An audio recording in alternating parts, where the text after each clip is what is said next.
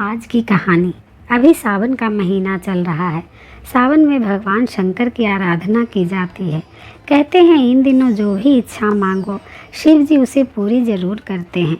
सावन के शुक्ल पक्ष की तृतीया तिथि को स्त्रियां शिव पार्वती का विशेष पूजन करती हैं।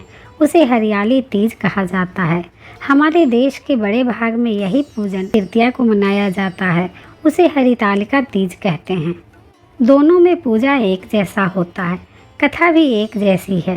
सावन महीने के शुक्ल पक्ष की तृतीया को हरियाली तीज के नाम से जानते हैं। इस दिन महिलाएं शिव गौरी की पूजा करती हैं। इस दिन महिलाएं निर्जला व्रत रखती हैं। इस दिन महिलाएं पूरा दिन बिना अन्न जल के रहती हैं तथा दूसरे दिन सुबह स्नान और पूजा के बाद व्रत पूरा करके अन्न ग्रहण करती हैं। इस दिन जगह जगह झूले पड़ते हैं। इस त्यौहार में स्त्रियां गीत गाती हैं, 16 श्रृंगार करती हैं, झूला झूलती हैं और नाचती हैं। शिव जी ने पार्वती जी को उनके पूर्व जन्म की याद दिलाते हुए तीज की कथा सुनाई थी। शिव जी कहते हैं, हे पार्वती, तुमने हिमालय पर मुझे वर के रूप में पाने के लिए घोर तप किया था। अन्न जल त्याग, पत्ते खाए, सर्दी गर्मी बरसात में कष्ट सहे। तुम्हारे पिता दुखी थे। उसी समय नारद जी तुम्हारे घर आए और कहा, मैं विष्णु जी के भेजने पर आया हूँ। वह आपकी पुत्री से प्रसन्न होकर विवाह करना चाहते हैं। अपनी राय बताएं। पर्वतराज प्रसन्नता से तुम्हारा विवाह विष्णु से करने के तैयार हो गए। नारद जी ने विष्णु जी को यह शुभ समाचार सुना दिया, पर जब तुम्हें पता चला तो बड़ा दुख हुआ। तुम मुझे मन से अपना पति मान चुकी थी। तुमने अपने मन की बात सहेली को बताई। सहेली ने तुम्हें एक ऐसे घने वन में छुपा दिया जहाँ तुम्हारे पिता नहीं पहुँच सकते थे। वहाँ तुम तप करने लगी।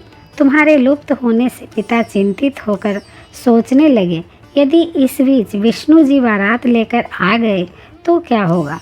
शिव जी ने आगे पार्वती जी से कहा, तुम्हारे पिता ने तुम्हारी खोज में धरती पाताल एक कर दिया, पर तुम न मिली। तुम गुफा में रेत से शिवलिंग बनाकर मेरी आराधना में लीन थी। प्रसन्न होकर मैंने मनोकामना पूरी करने का वचन दिया। तुम्हारे पिता खोजते हुए गुफा तक पहुँचे। तुमने बताया कि अधिकांश जीवन शिव जी को पति रूप में पाने के लिए तप में बिताया है। आज तप सफल रहा। शिव जी ने मेरा वरण कर लिया है। मैं आपके साथ एक ही शर्त पर घर चलूँगी, यदि आप मेरा विवाह शिव जी से करने को राजी हों। पर्वतराज मान गए। बाद में विधि विधान के साथ हमारा विवाह किया। हे पार्वती, तुमने जो कठोर तप किया था उसी के फलस्वरूप हमारा विवाह हो सका। इस व्रत को निष्ठा से करने वाली स्त्री को मैं मनवांछित फल देता हूँ। उसे तुम जैसा अचल सुहाग का वरदान प्राप्त हो।